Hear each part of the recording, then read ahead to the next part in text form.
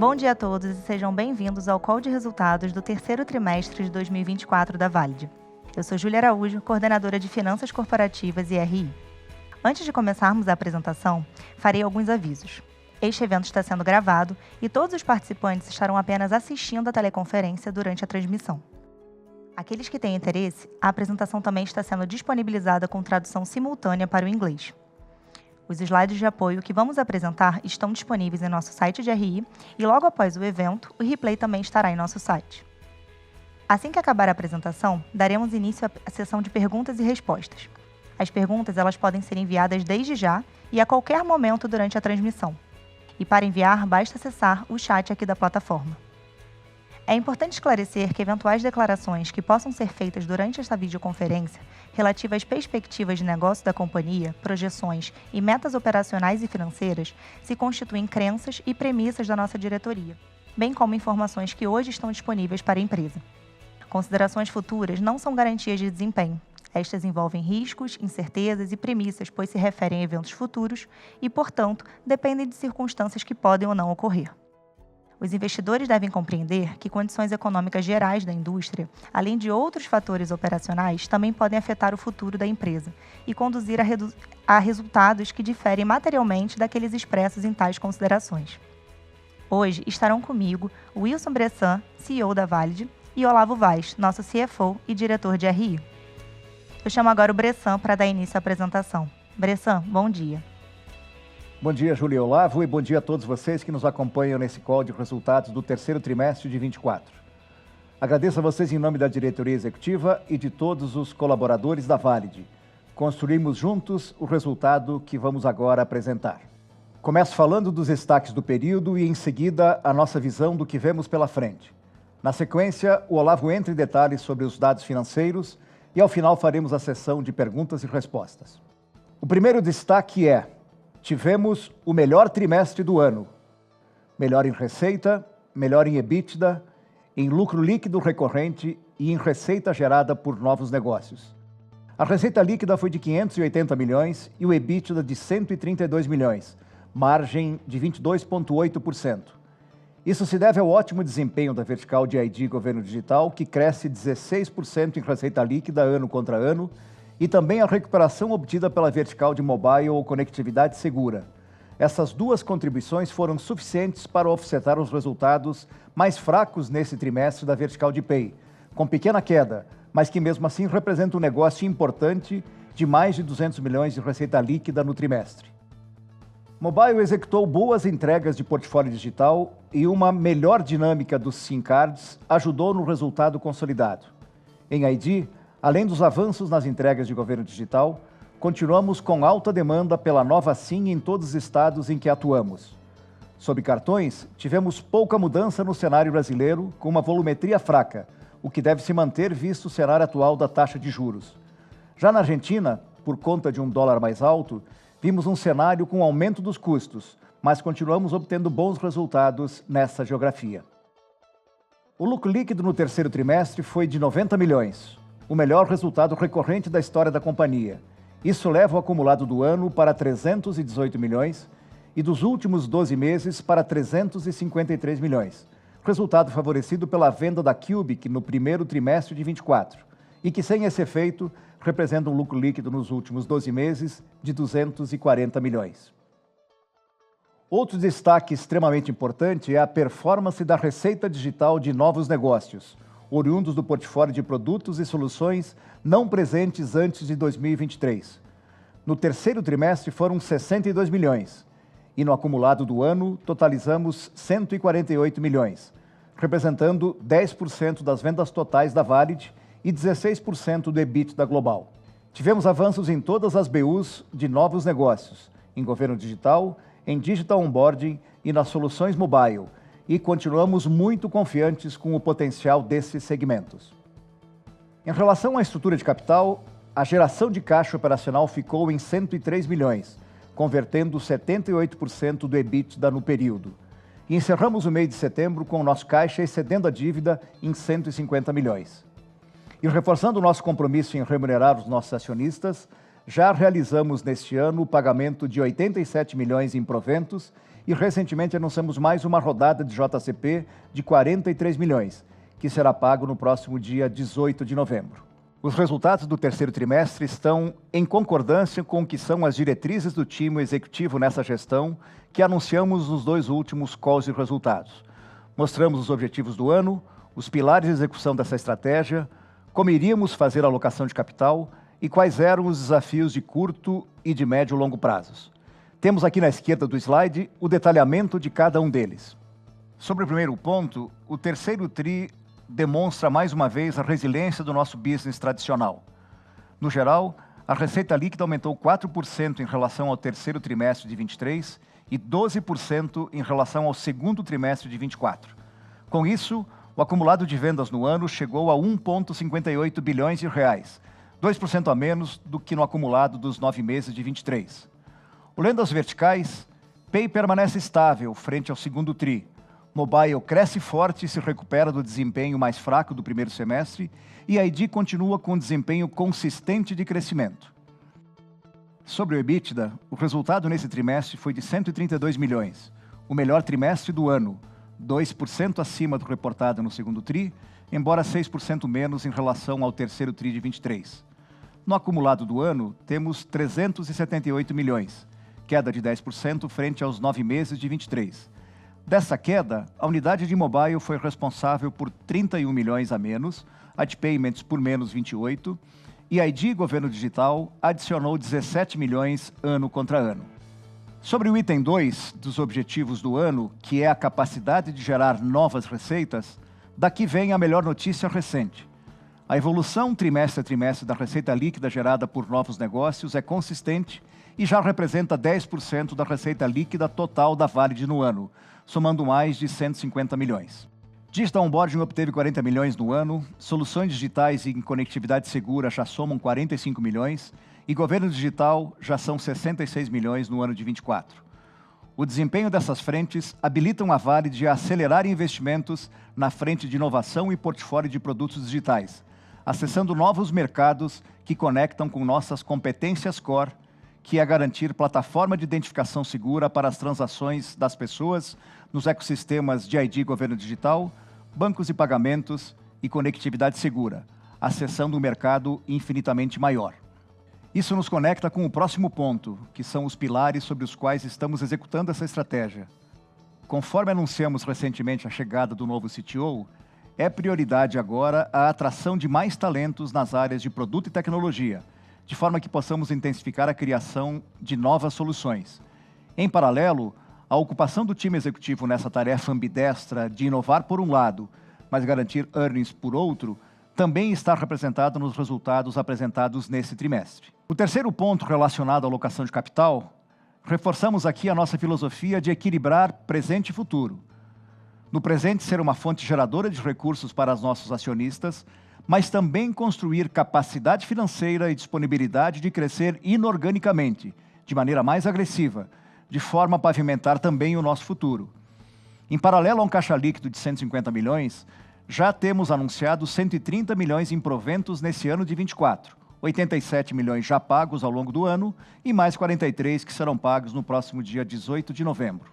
Por fim, em relação aos desafios de curto e longo prazos, já demonstramos aqui a recuperação de mobile nesse terceiro TRI, que era uma prioridade absoluta. Sobre os desafios de médio e longo prazo, nossa atenção se volta agora para, além da consolidação das entregas nas 3 frentes de Digital Onboarding, soluções mobile e governo digital, também para a complementação do portfólio de plataforma de ID seguro do brasileiro, para que estejamos presentes nas transações das pessoas com todos os entes públicos e privados em qualquer ecossistema, especialmente o de bancos e pagamentos e conectividade segura. Eu chamo agora o Olavo para que possa detalhar um pouco mais os nossos resultados. Volto em breve com vocês na sessão de perguntas e respostas. Olavo, é contigo. Obrigado, Bressan, e bom dia a todos que estão nos acompanhando. Já que o Bressan falou um pouco de receita e EBITDA, eu vou falar aqui do lucro. No trimestre, a gente teve 90 milhões de lucro, o que representa uma margem de 16%. Passando pela bridge entre o EBITDA e o lucro, a gente sai de um EBITDA de 132 milhões Tivemos, em cima disso, 23 milhões de depreciação e amortização. Esse valor está em linha com o apresentado em trimestres anteriores, tanto que no próximo slide vocês vão ver que no ano a gente tem 70 milhões acumulado em depreciação e amortização, que nada mais é do que esse trimestre multiplicado por 3. O resultado financeiro no período foi positivo em 4 milhões. Isso mostra uma importante redução das despesas frente às receitas financeiras quando comparado aos últimos trimestres. No segundo TRI, esse valor havia sido negativo em 16 milhões e menos 24 milhões há um ano atrás. O volume lançado de impostos no trimestre ficou em 20 milhões, o que representa uma alíquota efetiva de 18%. E, finalmente, tivemos gastos diversos que somam 3 milhões de reais. A gente chega, assim, a 90 milhões de reais, o maior lucro trimestral recorrente da história da Valid, o que representa um ganho por ação de R$ 1,14. Quando a gente passa para a visão acumulada do ano, a Valid sai de um EBITDA de 378 milhões para um lucro de 318. Como eu mencionei há pouco, a depreciação no ano está em 70 milhões. Em termos de resultado financeiro, temos 42 milhões negativos, com boa parte desse resultado tendo sido explicado no primeiro trimestre, em função de perdas cambiais na Argentina e na Nigéria. Os gastos com impostos ficaram em 52 milhões no ano, o que representa uma alíquota efetiva de 14%. E a conta de outros somou 9 milhões de reais. A gente chega, assim, num lucro líquido recorrente de 206 milhões nos primeiros 9 meses do ano. Esse valor é praticamente o lucro que a gente teve no ano de 2023, que havia sido de 213 milhões. Como eu mencionei nos últimos trimestres, a gente teve um efeito positivo não recorrente de 112 milhões de reais no primeiro TRI, o que representa o efeito líquido contábil da venda das participações na Cubic, menos a baixa da participação na VCMC, o efeito positivo de 137 e o efeito negativo de 25 milhões. Com todas essas movimentações contempladas, a gente chega num lucro de 318 milhões no ano, ou quase R$ 4,00 por ação. Eu vou passar rapidamente pelo evolutivo de alguns dos nossos principais indicadores financeiros. Quando a gente considera uma janela de 12 meses, a Valid apresenta um EBITDA de 525 milhões e um lucro líquido de 353. Em termos de ROIC, apesar de uma pequena redução frente ao trimestre anterior, a gente continua com o indicador acima do patamar de 20%. Já para o ROI, a gente tem mais um trimestre de evolução, chegando aos 20,5%. Vamos analisar agora as variações do caixa, tanto no trimestre quanto no ano. Esse foi mais um trimestre marcado por uma importante geração de caixa operacional, chegando a 103 milhões de reais, o que representa 78% do EBITDA do período. A gente teve nesse trimestre um maior volume de CAPEX, de cerca de 30 milhões de reais, o que se deve à implantação de alguns projetos, especialmente no segmento de ID, que a gente venceu ao longo dos últimos meses. O resultado financeiro caixa no período foi de 21 milhões em despesas financeiras.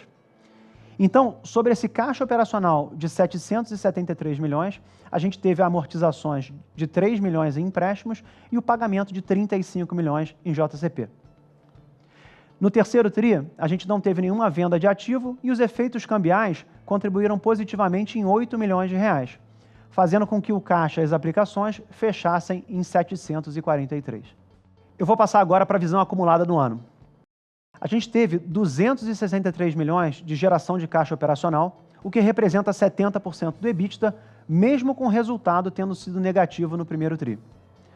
Para o CAPEX e as despesas financeiras acumuladas no ano, a gente está, respectivamente, com 61 milhões de reais e 49 milhões. Além dos projetos de identificação que eu mencionei no slide anterior, a gente também teve nesse ano o pagamento de earnouts em função da transação da FlexDoc ocorrida em 2023. E de todo o volume que a Valid investiu no ano, sem o pagamento de earnout, 85% se refere a CAPEX de expansão, o que mostra a baixa necessidade da empresa de gastar com CAPEX de manutenção. Então, sobre o caixa operacional de 772 milhões, a gente teve uma importante redução do endividamento. Aqui, eu destaco o pré-pagamento que foi feito nas operações que a Vale de Espanha detinha, que eles estavam bem acima de custos do que a gente tem no nosso balanço. A gente teve até agora 87 milhões de pagamentos de provento, sendo 62 milhões de JCP, referente ao ano de 2024, e 25 milhões referente aos dividendos extraordinários de 23, que a gente aprovou em AGE.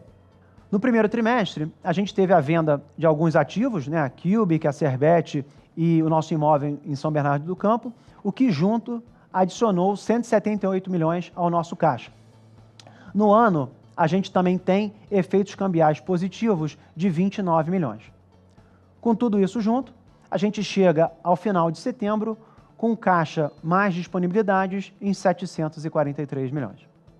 Vamos olhar agora para as principais contas que compõem o nosso capital de giro: estoque, contas a pagar e contas a receber. Tanto para estoque quanto para contas a pagar, a gente teve ganho em relação ao segundo trimestre desse ano. Na comparação anual, a gente tem avanço de 11 dias ou 49 milhões de reais em estoques e uma redução de 9 dias no contas a pagar ou 23 milhões de reais. Na conta de clientes, houve uma piora em termos de dias na comparação trimestral, o que se reflete em 54 milhões de reais, enquanto na comparação anual, esse patamar está estável. Esse aumento do contas a receber ele já era esperado e deve-se à recuperação das vendas no segmento de mobile, que possuem prazo médio de pagamento mais longo do que a média da empresa. A gente continua focado em melhorar os indicadores de capital de giro e deve ter melhorias até o final do ano. Passo agora para a liquidez. O trabalho que a gente tem feito nessa frente ao longo dos últimos trimestres é o de liability management focado em alongar durations e reduzir custos. Nesse trimestre, a gente alongou duas operações. Uma delas com a ABC, em que a gente conseguiu manter a taxa original de CDI mais 1, e com a Caixa Econômica, onde a gente conseguiu reduzir o spread das nossas operações em 25 basis points. A gente mantém uma sólida posição de caixa, com as nossas disponibilidades superando as obrigações em cerca de 150 milhões de reais. E hoje, apenas 19% da dívida da Valid vence no intervalo de 12 meses. Antes de eu chegar aqui no detalhamento por vertical, eu vou apresentar o desempenho da nossa ação nos últimos meses. A gente teve uma forte evolução do papel no último trimestre, com um crescimento de quase 49%.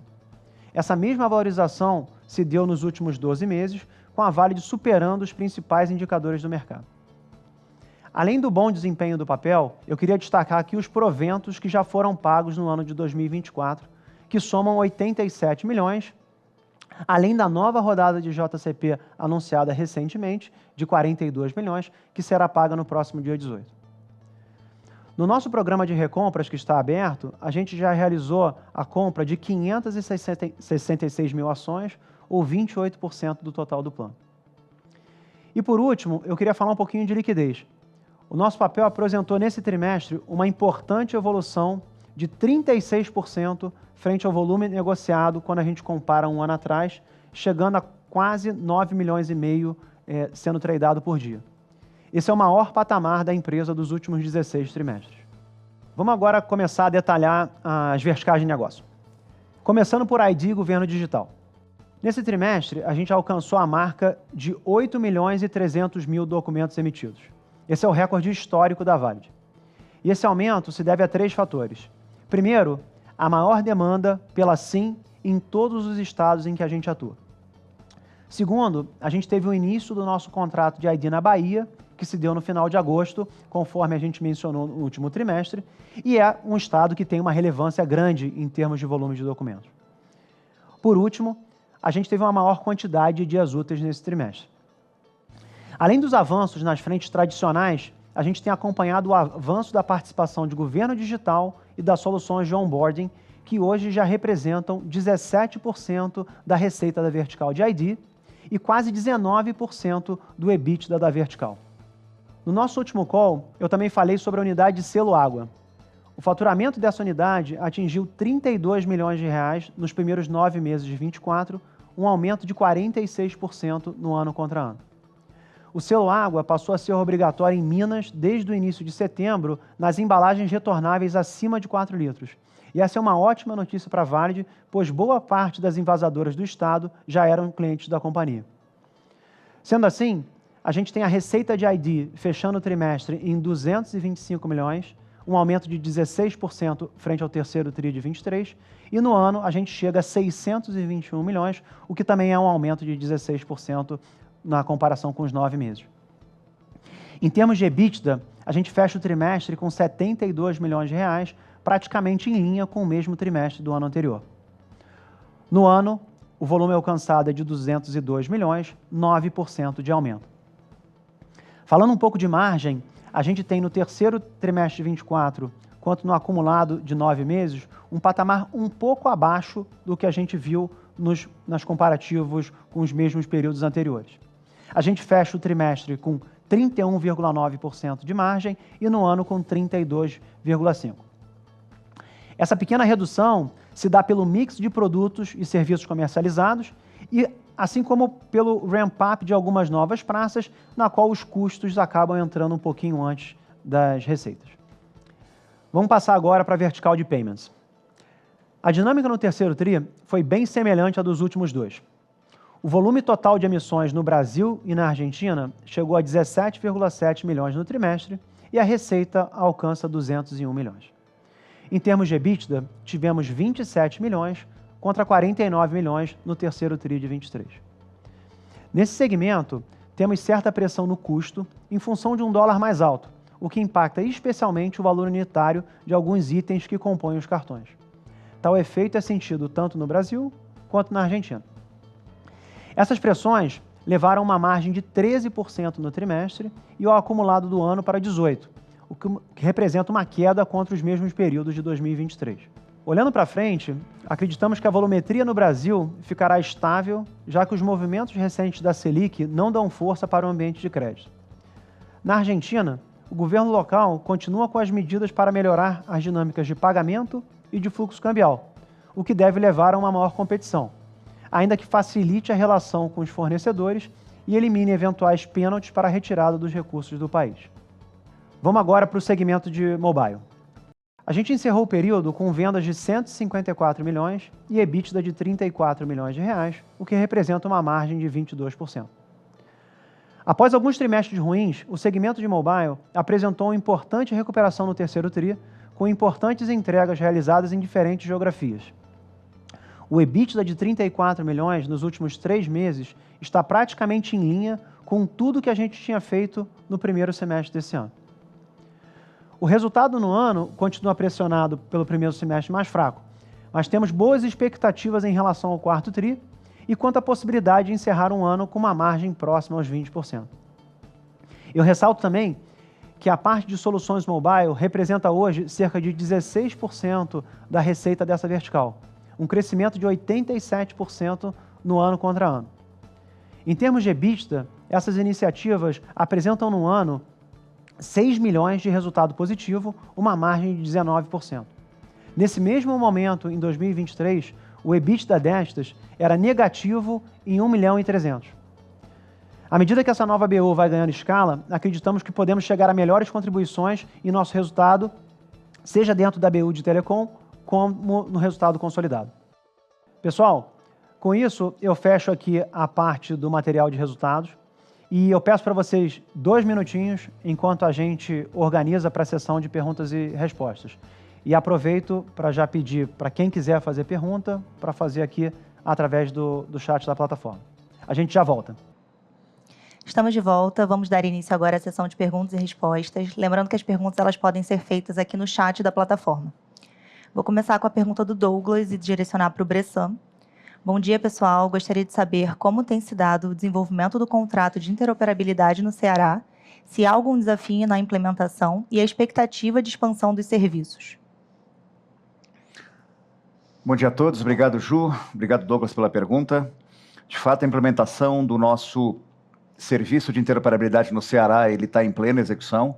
Nesse momento, a gente já tem 2 instâncias de Estado já funcionando com o modelo de interoperabilidade, tanto o database do Detran, conectado inicialmente com o database da PFOSS, que é da Secretaria de Segurança Pública, vinculada à emissão dos documentos de identidade. Então, isso já está em andamento.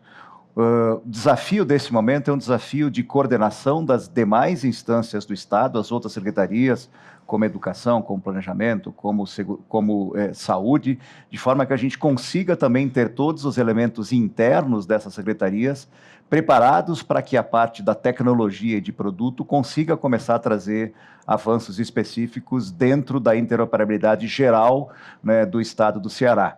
É importante dizer que isso também está conectado com a implementação do nosso portal de serviços, que é o hub onde a gente conecta todo o redesenho das jornadas que estão sendo providas para que o cidadão tenha uma melhor experiência e para que o Estado do Ceará tenha mais eficiência no uso dos recursos. Então, essas coisas estão sincronizadas, o ritmo de andamento é um ritmo bom, a gente já está com bons avanços nesse mercado e a gente espera que nos próximos meses, no início de 25, esse avanço seja ainda maior. Tem uma outra característica desse contrato também do Ceará, que a gente fez ele em parceria com a empresa de tecnologia do Estado. Então, igualmente, o próprio Estado está tentando, né, fazer a comercialização desse modelo, né, para outros entes fora do Estado do Ceará, o que também é uma outra oportunidade que vai 25, a gente acaba esperando que tenha desdobramentos do ponto de vista de conversão de novos contratos. A próxima pergunta ela vem da Letícia, também vou direcionar para o Bressan. Bom dia, pessoal. Gostaria de saber quais são as principais oportunidades de crescimento que enxergam para o próximo período. Existem planos de expansão para os novos mercados ou lançamento de novos produtos? Obrigada. Oi, Letícia. Obrigado pela pergunta. Acho que tem algumas boas notícias que esse trimestre revelou para a gente. Uma das...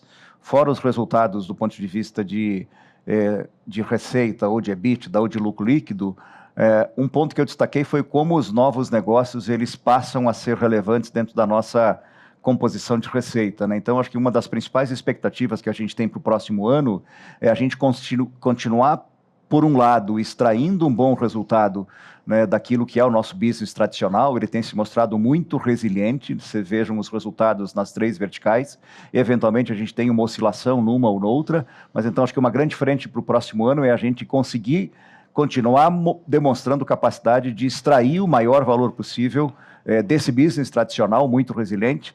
E a outra frente, que são os novos negócios, é a gente conseguir gerar valor através da ampliação do portfólio, né, com as 3 frentes. Então, eu vejo aqui, para os novos negócios, 3 dinâmicas um pouco distintas, né? Você tem, por um lado, o Digital Onboarding, que a gente tem hoje um grande cliente do setor público. Nosso foco está aqui em converter outros clientes do setor privado, o que vai exigir que a gente tenha adaptações do nosso produto. Então, a gente complementa a solução de portfólio que a gente tem no Digital Onboarding, né, para dentro do que já fazemos na Caixa Federal, por exemplo, adaptando ela para conquistar novos clientes do privado. Então, tem um esforço aqui, tanto de mercado quanto de produto. Na frente das soluções mobile, acho que essa é uma dinâmica que o terceiro trimestre mostrou muito do nosso potencial de crescimento nessa frente.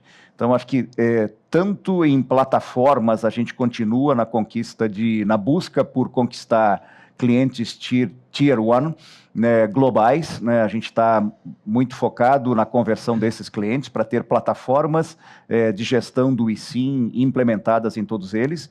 E a gente abriu também uma outra frente, que é uma frente bastante promissora, que é a frente de prover para os fabricantes de device, o nosso modelo de OEM. A gente está super bem posicionado com esse portfólio, especialmente na Ásia, e na medida que a gente vai entregando esses projetos e conquistando novos e também ampliando o nosso time que está focado tanto em produto quanto no atendimento de suporte a esses players mais asiáticos, a gente espera um crescimento também grande para o ano que vem. E por fim, governo digital, conectado com a primeira pergunta aqui em relação ao Ceará, a gente tem também um esforço aqui maior de conversão de pipeline, e por outro lado também a complementação de portfólio, que são coisas que vão evoluindo. Então, para todas essas frentes, a gente enxerga esses 2 focos muito importantes de conversão de pipeline, por um lado, e de gestão de produto, mas a gente enxerga que, na medida que avançamos nesse 24, né, com um bom volume de receita, que já representaram ao longo do ano quase 10%, a gente espera que isso represente ainda mais no próximo ano. A próxima pergunta ela vem do Fábio. Bom dia, parabéns a todos pelos resultados robustos. Nesse momento de caixa líquido da Valid, a companhia está analisando algum M&A? Como será a relação risco-retorno caso a companhia venha a fazer algum? Fábio, bom dia, obrigado pela pergunta. A estratégia de M&A da empresa, ela existe desde 2022, né? Naquele momento a gente montou um time aqui dedicado para olhar oportunidades e desde então a gente tem olhado bastante coisa. A gente fez a aquisição minoritária da Vsoft, depois a gente fez a aquisição integral da FlexDoc e a gente continua nessa jornada. A gente acredita que o nosso crescimento futuro ele vai se dar tanto internamente quanto através de parcerias, de movimentos inorgânicos. Eu acho que o que muda um pouco ao longo dos últimos trimestres é que, com uma posição muito confortável de caixa, com um baixo endividamento, isso possibilita que a gente olhe tickets maiores, né? Então, há 2 anos atrás, a gente estava muito focado em organizar o nosso balanço, então a gente não conseguia olhar oportunidades maiores. Agora a gente consegue, né? E aqui, quando você menciona a questão de risco e retorno, acho que a gente é bem pragmático no que a gente olha. A gente quer ver cases já testados, tá? Que gerem resultados, sejam comprovadamente gerem resultados, em que possa a Valid encaixar dentro do nosso portfólio e a gente gerar um crescimento maior para ele. Pega até o gancho aqui com o que o Bressan falou na parte de onboarding que a gente vem fazendo através da Flex. Hoje a gente é muito concentrado num cliente e a gente tem testado, né, avançado na possibilidade de colocar esses produtos e serviços em outros clientes, o que aumentaria aqui bastante o potencial de receita. Tá? Então, continuamos focados no M&A, faz parte do nosso dia a dia. A próxima pergunta ela vem do Fábio, vou direcionar para o Bressan. Qual será a estratégia com relação às operações na Argentina? Obrigado, Fábio. Na Argentina, a gente tem falado bastante sobre a nossa posição de liderança local. Então, acho que 25 continua apresentando para a gente as oportunidades que ser um player que tem uma liderança local, a gente tira vantagem dessa posição. Então, acho que o relacionamento estabelecido ao longo dos anos que a gente tem para dentro do mercado argentino é uma vantagem competitiva importante. A gente pretende continuar explorando isso como primeiro foco. Outros desafios, né, em relação à API na Argentina, eles se tratam da gente conseguir extrair mais valor daquela planta para os outros países da região. Então, um foco de expansão regionalmente para os outros países em volta da Argentina, a gente também continuar uma retomada de conquista de clientes de maneira fora da Argentina, que possa ajudar a gente a ter mais volumetria, ser mais eficiente, ter mais competitividade e, dessa forma, administrar eventuais oscilações que a gente tenha dentro do mercado específico com o risco país que a gente muito tem falado ao longo dos últimos anos. Mas de uma maneira até surpresa, de uma surpresa positiva ao longo desse terceiro trimestre, a gente vê que a Argentina continua entregando excelentes resultados. Então, temos um ativo que é importante e a gente vai continuar olhando, né, para a expansão e também para o tema de eficiência.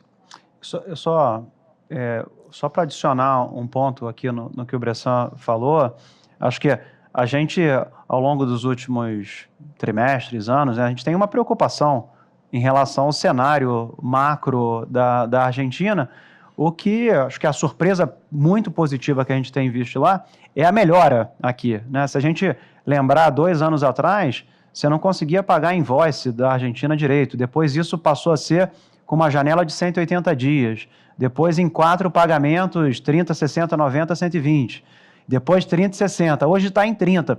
Isso faz com que, óbvio que você cria um cenário competitivo maior lá, mas facilita a dinâmica, né? A gente tinha que fazer bypass muitas vezes para a Argentina passando pelo Brasil. A gente já consegue fazer direto. Então, a dinâmica do mercado argentino tem ficado favorável também no transbordo de recursos, o que é uma notícia muito boa para a gente. A próxima pergunta ela vem do Henrique, eu vou direcionar para o Bressan. Bom dia. Poderiam comentar sobre a intenção do governo em acelerar a implantação da Carteira de Identidade Nacional e também, se puderem falar, o que isso representaria para a Valid em números versus o que temos hoje?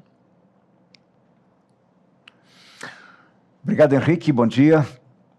O governo claramente tem manifestado a intenção de poder acelerar e disponibilizar mais recursos para os estados fazerem a emissão da Carteira de Identidade Nacional pelo Decreto Novo 10977. O que acontece aqui é que a gente ainda não está a pleno na emissão da SIM em todos os estados. Nós temos a emissão direta em 9 desses estados, a gente está fazendo o rollout da implementação em todos eles, e a gente já vê, vocês viram pelos números apresentados nesse terceiro trimestre comparado ao ano passado, a gente já vê um crescimento bastante consistente na volumetria, e essa é uma curva que continua em aceleração, a gente enxerga pelo menos para os próximos 2 ou 3 anos.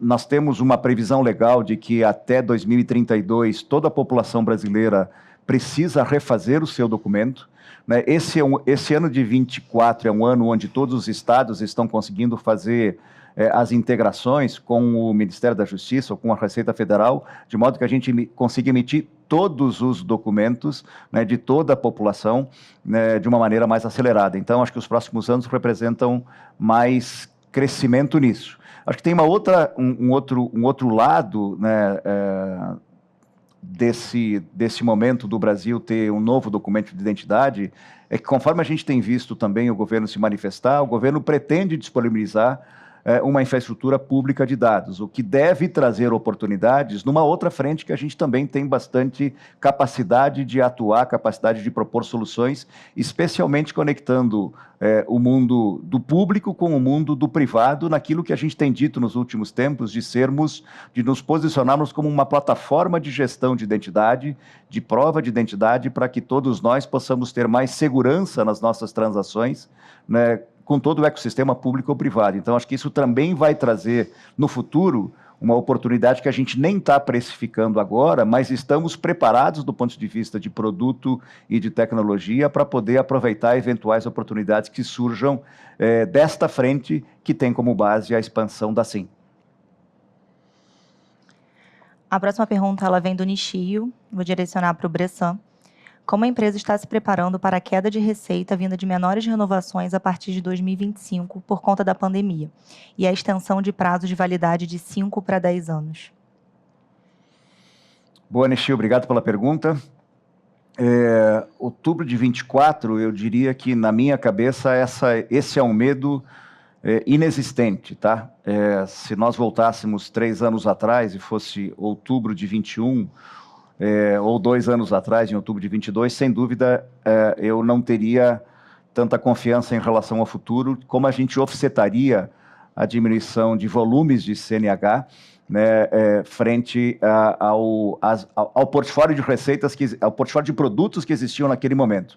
Hoje eu enxergo uma curva muito ascendente, né, da emissão da SIM, o que isso por si só já seria quase suficiente para a gente offsetar a redução de volumes já em 25 da CNH, que é importante, já é significativo, mas a gente tem uma outra frente de negócios, que é a frente de governo digital, que dentro da vertical de ID, somado com aquilo que é Digital Onboarding, ela ajuda a gente a poder ainda esperar que a gente consiga crescer na receita total. Então, aquilo que antes era um medo absoluto, hoje ele tem uma confiança também absoluta de que esses volumes de SIM ou as receitas novas do portfólio digital ajudam a gente a poder offsetar essa diferença. De fato, era a maior preocupação, hoje a confiança no futuro de que a gente consegue fazer isso, fazer essa passagem de maneira tranquila, ela já está estabelecida em nossa cabeça. A próxima pergunta ela vem do Davi. Poderia comentar um pouco sobre a entrada do Rudy, o novo CTO? Quais capacidades ele agrega para o time, principais projetos que ele está liderando e o que muda na estrutura organizacional? Bom dia, Davi. Obrigado. A chegada do Rudy tem a ver com uma necessidade que a gente detectou de poder alocar recursos que são especialistas em poder fazer o desenvolvimento de uma plataforma de tecnologia que sirva a todas as nossas unidades de negócio terem portfólio adequado para atender as demandas dos 3 ecossistemas de ID, de governo digital, de bancos e pagamentos e também de conectividade segura. O que acontecia e ainda acontece hoje é que a gente tem uma dinâmica muito isolada de cada um dessas 3 unidades de negócio, e quando a gente olha nos fundamentos da tecnologia, seja modelo de arquitetura, seja linguagem, seja o modelo de componentes, a gente muitas vezes tem que replicar um esforço para poder atender a outra BU, ao outro portfólio, ao outro produto. Então, a chegada do RUT tem a ver com essa preocupação básica de a gente poder estabelecer uma plataforma comum tecnológica que permita a gente ter escala, né, a partir do portfólio de produtos novos que a gente atende. Então, acho que a dinâmica futura, ela fica em, sim, cada BU tem a sua dinâmica, ela precisa aproveitar o full potential dessa dinâmica, mas, ao mesmo tempo, a criação desses elementos, desses componentes que são CROs, ajudam a gente a ter um portfólio que aproveita os capabilities de cada uma das BUs, mas que, se elas não estiverem estruturadas de uma maneira escalável, a gente não vai conseguir chegar de uma maneira de crescer muito as vendas sem igualmente crescer os custos associados. Então, a gente quer exponencializar a nossa capacidade de criar essas novas receitas do futuro, e isso passa por essa revisão e por essa estruturação da tecnologia. É a principal tarefa do RUD. Junto com ele também a gente está em modelo de hiring, né? Temos novos talentos chegando, temos pessoas do time de produtos que já é uma estrutura muito melhor do que aquela que nós tínhamos no passado. Então, essa é uma coisa que, ao longo de 25, será, inclusive, intensificada. Mais uma pergunta do Douglas. Pessoal, podem comentar sobre qual é a visão de vocês sobre o panorama do orçamento público previsto para ser investido em pautas de digitalização? Os planos plurianuais, por exemplo, animam? Boa, Douglas. Eu não sei se eu consigo te responder isso com tanta certeza. Oportunamente, a gente pode detalhar isso mais em alguma one-on-one, tá? Mas eu acho que a primeira constatação é que, sim, o governo cada vez mais ele percebe que, ao digitalizar os seus processos e os seus serviços, ele tem uma eficiência maior no uso do recurso. Boa parte desse recurso hoje é drenado por conta de fraudes. Então, ter uma plataforma que evite fraudes no consumo, né, do serviço público ou do benefício que o próprio Estado entrega é algo que tem um ganho fenomenal. Por outro lado, eu acho que também tem uma preocupação nossa como Valid de conseguir fazer uma conversão mais rápida de vendas para conseguir aproveitar essas oportunidades. O que acontece quando a gente tem que negociar com o setor público é que a gente tem uma trava legal, um processo legal que é muito moroso. Então, o ciclo de fechamento de negócios ele é muito lento. O que a gente está buscando agora é encontrar mecanismos, por isso que a gente começa a mudar um pouco os nossos canais de venda. Claro que a gente vamos continuar participando de editais em licitações para poder defender os contratos que a gente já tem, mas à medida que a gente vai querendo converter novos projetos como o Ceará, ou como o Piauí, ou como o Detran do Rio Grande do Sul, ou os outros, a gente tem a necessidade de chegar em mais lugares em menos tempo. Então, aqui a gente abre 2 canais novos. Acho que um é parceria com as Big Techs, na linha de implementar no portfólio coisas como cloud, que conseguem vender e estar presente nos marketplaces das Big Techs, ajuda a gente a atingir um mercado que a gente não atinge diretamente com o nosso time comercial. E, por outro lado, a gente também intensifica essa parceria que a gente estabeleceu nos últimos anos com as empresas de tecnologia de cada um dos estados. Um exemplo é a ETIC do Ceará, o outro exemplo é a ITIP no Piauí, o outro exemplo é a Prodesp em São Paulo, o outro exemplo é a Celepar, naquele case de automação de chamada escolar que a gente teve, e várias outras PRODs, a Prodenge ou a Proderge, enfim, cada estado tem a sua PROD, os grandes municípios têm as suas empresas de tecnologia, e muitas vezes e na maioria das vezes, pelas características dessas empresas poderem, por exemplo, vender um produto pela Lei 13.303 a outros municípios sem um processo ser tão moroso do ponto de vista de contratação, ajuda a gente a poder chegar mais rápido nessa frente. Então, acho que sim, tem um grande orçamento, sim, tem a percepção de que o Estado pode ser mais eficiente, e do nosso lado a gente tem que ter esse jeito de atacar o mercado de uma maneira que explora novos canais para a gente conseguir converter isso em mais receita. E isso dá para a gente uma oportunidade de crescer no futuro. Mais uma pergunta do Fábio. Como está o avanço do eSIM? Muito legal, Fábio. Aqui a gente tem terceiro trimestre mostrando um excelente resultado nessa frente. Acho que recupero aqui o que eu disse há pouco quando eu olho para o mercado, né, de soluções mobile, soluções digitais mobile ao redor do mundo.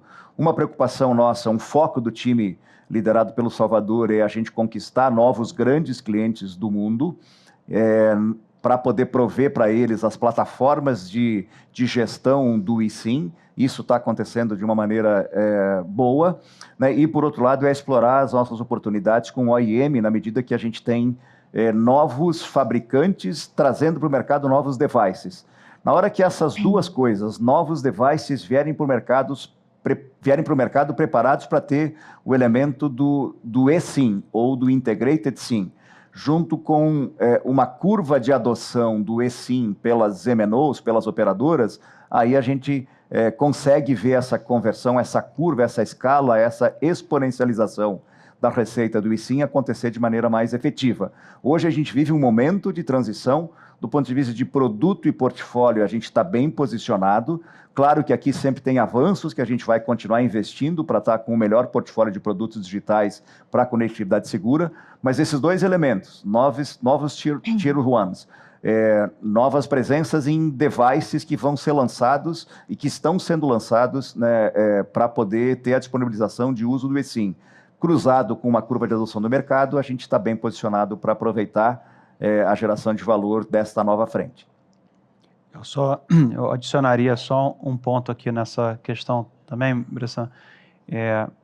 Hoje, quando a gente vê os mercados que já adotaram o eSIM, eles são mercados mais desenvolvidos com telefones de valores mais altos, né? O nosso foco de atuação não tem sido aqui. A gente tem buscado aparelhos mais baratos, mais medianos, vou dizer assim, em regiões que você tem populações maiores, né? Então, até quando a gente olha a perspectiva desses mercados ao longo dos próximos anos, é até capaz da gente imaginar um aumento de market share que a gente tenha aqui, porque tem um componente populacional que esses lugares não começaram a avançar. E aqui eu estou falando de Américas, África, Sudeste Asiático. Então, a perspectiva é bem interessante para o eSIM ao longo dos próximos anos. Mais uma pergunta do Nishio, vou direcionar para o Olavo. A empresa está caixa líquido em 150 milhões, com 105 milhões de dividendos anunciados, dos quais 63 milhões já pagos. A empresa tem capacidade de aumentar substancialmente os dividendos no final do ano. Poderiam comentar sobre a intenção de aumentar o payout esse ano, dividendo extraordinário e cronologia? Perfeito. Aqui, Nishio, a gente tem uma rodada de pagamento de dividendos que acontece na semana que vem, né? De JCP, de cerca de 40 milhões de reais. Um ponto que a gente menciona desde o início do ano, a gente vai se aproveitar ao máximo do benefício fiscal através da JCP. Tá? Então, a gente está calibrando aqui os ponteiros até o final do ano para ver o quanto ainda tem de espaço, e o que tiver de espaço, a gente vai fazer um outro pagamento de JCP, isso é líquido e certo. Quando a gente olha historicamente, a Valid, desde a sua abertura de capital, ela pagou 52% de payout. Tá? Então, isso é uma média histórica. O que vai acontecer nesse ano? Esse tema ele é pauta de praticamente toda reunião de conselho aqui, e vai ser da próxima. Essa preocupação não é apenas, né, de quem está analisando a empresa, mas de quem está aqui dentro também. Eu volto só na pergunta anterior que eu respondi. A gente quer estar bem posicionado para eventuais movimentos que a gente precise, seja de CAPEX, tá? Então, nessa jornada de troca de produtos, de serviços e de portfólio, a gente vai ter que investir um pouco mais do nosso CAPEX. Hoje, quando a gente olha para a Valid é uma empresa que aloca cerca de 3% da sua receita em CAPEX, o que é muito baixo. Esse patamar, com certeza, vai aumentar ao longo dos próximos anos. Não é um aumento, né, absurdo, mas aqui a gente vai ter um pouco mais de empenho de recursos. A gente também quer estar posicionado para conseguir fazer M&As. Essa posição, tendo um caixa mais alto, também nos dá tranquilidade num momento como esse de aumento de taxa, um pouco mais de de volatilidade, até mesmo aumento de dólar, né? Hoje a gente tem esse excesso de caixa fora do Brasil que gera quase que um hedge natural para o aumento de custo que tem aqui. Então, voltando na sua pergunta, esse tema ele é discutido em toda a reunião do Conselho, vai ser colocado mais uma vez, e não tendo uma oportunidade clara de investimento, seja no CAPEX, seja no inorgânico, com certeza a gente anuncia algum tipo de provento a mais para os nossos acionistas, porque também faz parte de um dos pilares da Valid, que é remunerar o acionista no longo prazo. Acho que só um complemento aqui também, Olavo, voltar numa das falas, talvez do nosso, inclusive do do segundo call de resultados do primeiro e segundo trimestre. Né? Tem uma preocupação fundamental, a gente tem falado de equilibrar presente e futuro, né? Então, ter a preparação, estar em estado de prontidão para movimentos estratégicos coerentes, sincronizados, para colocar a Valid num outro patamar de crescimento,